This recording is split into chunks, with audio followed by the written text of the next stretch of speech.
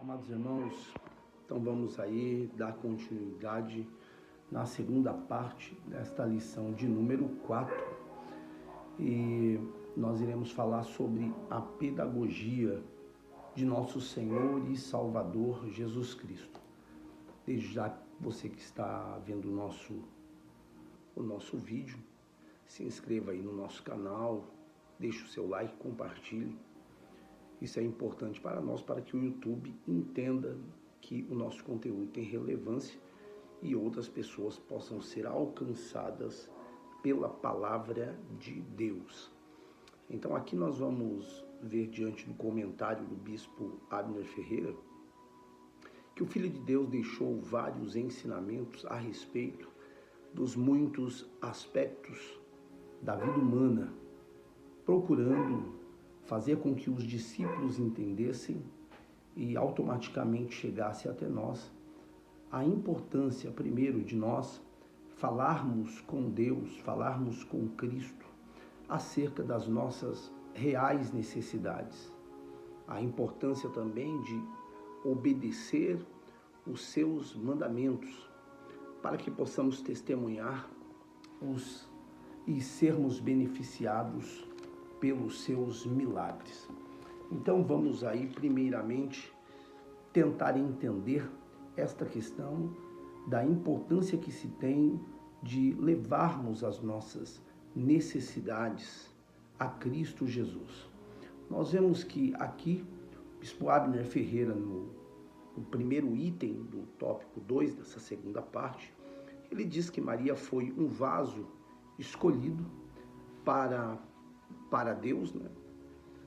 Para gerar, criar e educar o seu Filho, nosso Senhor Jesus Cristo. E nós vemos que foi justamente ela, no momento em que faltou o vinho, capítulo 2 do Evangelho de João, versículo 5, ela diz: fazei tudo quanto ele vos disser. E aqui, a mãe de Jesus, ela evidencia a sua fé em Jesus como o Filho de Deus. Então, um dos primeiros passos aí que é de suma importância é o fato da pessoa entender a necessidade de se aproximar dele com fé, com convicção, entendendo aquilo que o próprio apóstolo Pedro ele disse, que nós devemos lançar as nossas ansiedades sobre ele, porque ele tem cuidado de nós. Então, dentro deste versículo que nós lemos, onde Maria diz: fazei tudo quanto ele vos disser, nós entendemos que obedecer a Deus é uma evidência primária de que o amamos e de que somos os seus discípulos. A nossa decisão de obedecer é a chave para a compreensão e a realidade espiritual das Sagradas Escrituras e automaticamente deixar com que o Espírito Santo esteja livre para nos ensinar e para nos beneficiar através da nossa fé. E aí entra o tópico 2 aqui, o item 2, que fala sobre a obediência e o milagre, né? Então diz aqui que Jesus, ele trouxe uma ordenança, ele disse: enchei de água essas talhas. Isso aí está no Evangelho de João, capítulo de número 2 e o versículo de número 7.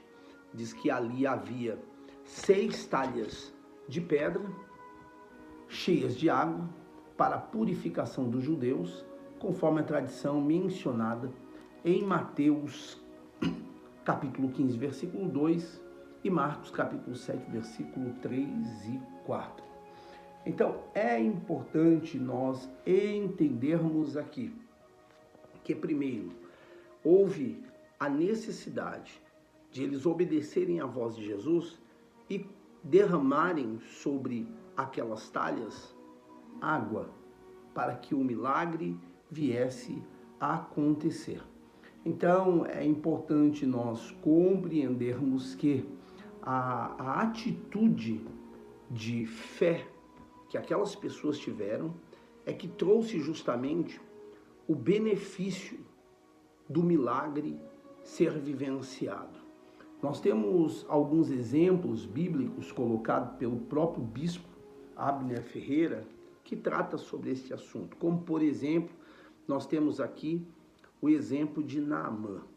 Naamã, um comandante do exército sírio, e com um exército com ele, um homem que tinha uma patente altíssima, e aí chegou até Eliseu com muita prata, com muito ouro, com riquezas preciosas, porém, Eliseu disse para ele: se você quiser ser curado desta lepra, você tem que mergulhar 7 vezes no rio Jordão, né? Um rio barrento, um rio sujo, a tal ponto que o próprio comandante, ele indagou essa situação dizendo: com tantos rios na minha terra, por que eu tenho que descer aqui?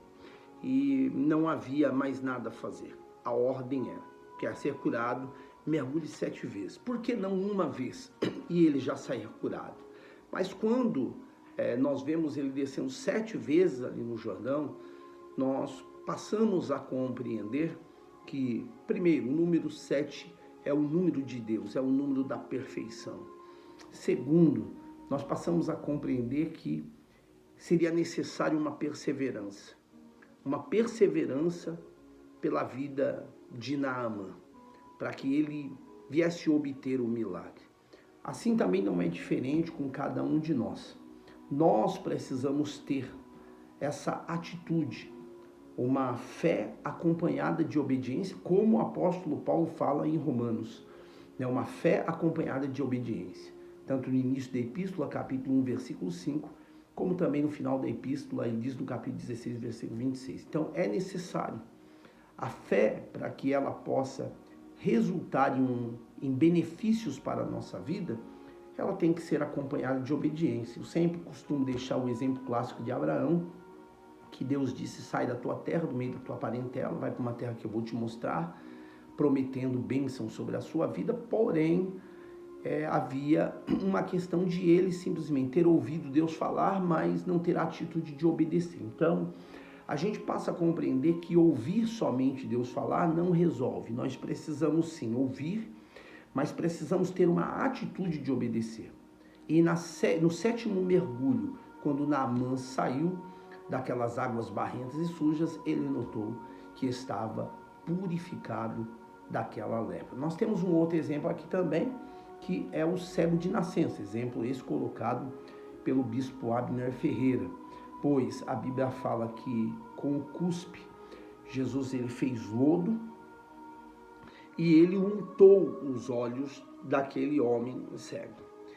E Jesus não o ajudou a ir ao tanque de Siloé para se lavar. Jesus disse: vá ao tanque e se lave.